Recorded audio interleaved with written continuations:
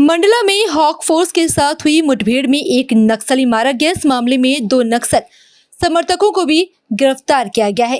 IG Balaghat Sanjay Singh ने सोमवार को प्रेस वार्ता में ये जानकारी दी। मंडला के खटिया थाना क्षेत्र के कान्हा नेशनल पार्क में 8 मार्च से सर्च ऑपरेशन चल रहा था। पुलिस को सूचना मिली कि 2 नक्सल समर्थकों ने नक्सलियों के लिए राशन खरीदा है। ये सामग्री 9 मार्च को नक्सलियों को सौंपी जानी थी। हॉक फोर्स ने घटनास्थल पर एम्बुश लगाया। कुछ घंटों बाद 18 से 20 नक्सली सादे कपड़े और वर्दी में हथियारों के साथ वहां पहुंचे। जब नक्सली राशन लेकर जाने लगे तब सुरक्षा बलों ने उन्हें आत्मसमर्पण की चेतावनी दी। नक्सलियों ने 125 राउंड फायरिंग की, जिसका हॉक फोर्स ने 80 राउंड से जवाब दिया। मुठभेड़ में एक नक्सली मारा गया, जबकि अन्य घने जंगल का फायदा उठाकर भाग निकले।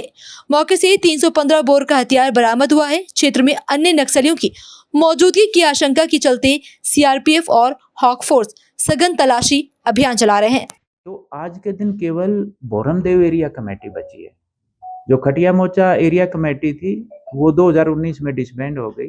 बोडला एरिया कमेटी आपकी 2020 में डिसबैंड हो गई। तो पहले जहाँ 3 एरिया कमेटी होती थी, अब वहाँ पे केवल एक ही एरिया कमेटी है।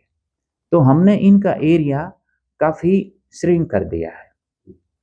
जैसे अभी जो अपना मंडला रायपुर हाईवे है उसके ऊपर जो बोडला एरिया कमेटी होती थी, मूवमेंट होता था, अब वो नहीं है, अब वो समाप्त हो गई है।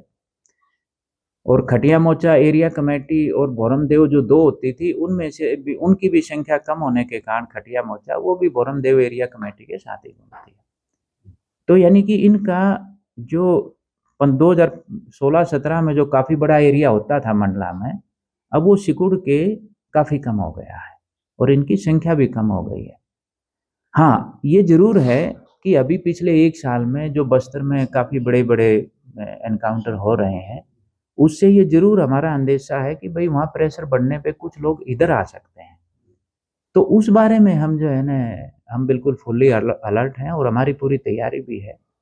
और पिछले कुछ दिनों में हमने काफ़ी अच्छी कार्रवाइयाँ भी की हैं।